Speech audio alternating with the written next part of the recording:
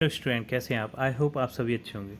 प्यारे बच्चों, आज हम करेंगे कक्षा 8 के एडग्रेड अभ्यास पुस्तक के हिंदी के पाठ 11 को। इस पाठ का नाम है बच्चों गिरधर की कुंडलियाँ।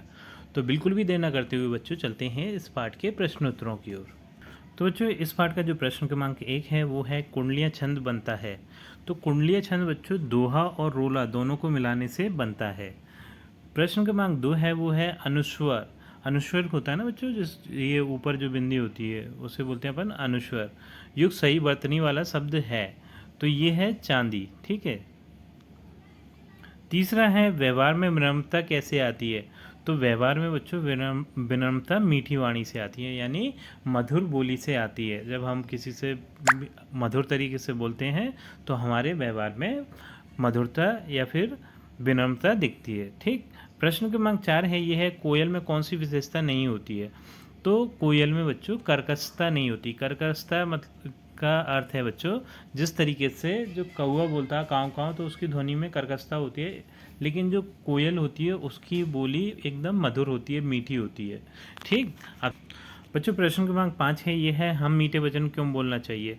तो हमें बच्चों मीठे वचन इसलिए बोलना चाहिए क्योंकि दूसरों को बुरा भी नहीं लगता और हमारा सम्मान भी बना रहता है, इसलिए हमें हमेशा मीठे वचन बोलना चाहिए। प्रश्न क्रमांक 6 है, ये है कौवा और कोयल में किस आधार पर अंतर किया गया है।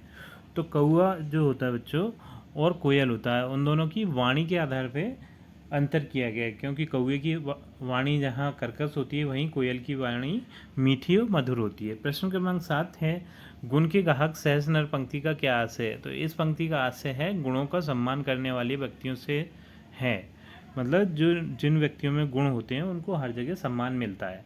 प्रश्न क्रमांक 8 है, ये है कवि ने दौलत का स्वभाव किस तरह का बताया है। तो कवि ने दौलत का स्वभाव चंचल बताया, मतलब वो एक जगह नहीं ठहरती, वो चलायमान होती है। बच्चों, प्रश्न क्रमांक 9 है, ये है कोयल की प्रशंसा क्यों की जाती है। कोयल की प्रशंसा इसलिए की जाती है क्योंकि उसकी जो वाणी होती है वो बहुत ज़्यादा मीठी होती है, उसकी मीठी वाणी के कारण उसकी प्रशंसा की जाती है। प्रश्न क्रमांक 10 है, ये है कुंडलियाँ छंद की क्या विशेषता है। तो इसका उत्तर होगा दोहा और रोला से मिलकर कुंडलियाँ छंद बनता है। इसमें दोहा का अंतिम चरण, रोला का प्रथम चरण होता है। अब चल प्रश्न क्रमांक 10 है, ये है कुंडलियाँ छंद की क्या विशेषता है। तो कुंडलियाँ छंद बच्चों, प्रश्न क्रमांक 11 है, ये धन पाकर अभिमान क्यों नहीं करना चाहिए। तो हमें धन पाकर अभिमान इसलिए नहीं करना चाहिए क्योंकि धन चलायमान होता है, एक जगह नहीं ठहरता। यानी धन कैसा होता है, चंचल होता है, कभी हमारे पास है कभी ये किसी दूसरे के पास होगा, इसलिए हमें धन पर कभी भी अभिमान नहीं करना चाहिए, घमंड। प्रश्न क्रमांक 12 है बच्चों, ये है गिरधर की कुंडलियाँ बीती ताही बिसरी दे के अनुसार होए बीती सी पंक्ति पंक्ति का से स्पष्ट कीजिए। तो इस प्रश्न का उत्तर बच्चों मैंने यहाँ पर लिख दिया, यहाँ से देखकर आप इस प्रश्न का उत्तर लिख लीजिएगा। प्रश्न क्रमांक 13 है, ये है गिरधर की कुंडलियाँ लोक व्यवहार में कितनी उपयोगी हैं। तो इसका उत्तर भी आप यहाँ से देखकर बड़े आराम से लिख सकते हैं बच्चों, इसे अच्छे से याद कर लीजिएगा। अब चलते हैं अगले प्रश्न की ओर। प्रश्न क्रमांक 14 है, ये है कवि गिरधर की लोक व्यवहार की शिक्षाओं को अपने शब्दों में लिखिए। तो इस प्रश्न का उत्तर भी आप यहाँ से देखकर लिख लीजिएगा बच्चों, यहाँ मैंने इसका उत्तर लिख दिया है और वीडियो को पोस्ट करके आप अच्छी तरीके से इसका प्रश्न का उत्तर लिख सकते हैं बच्चों।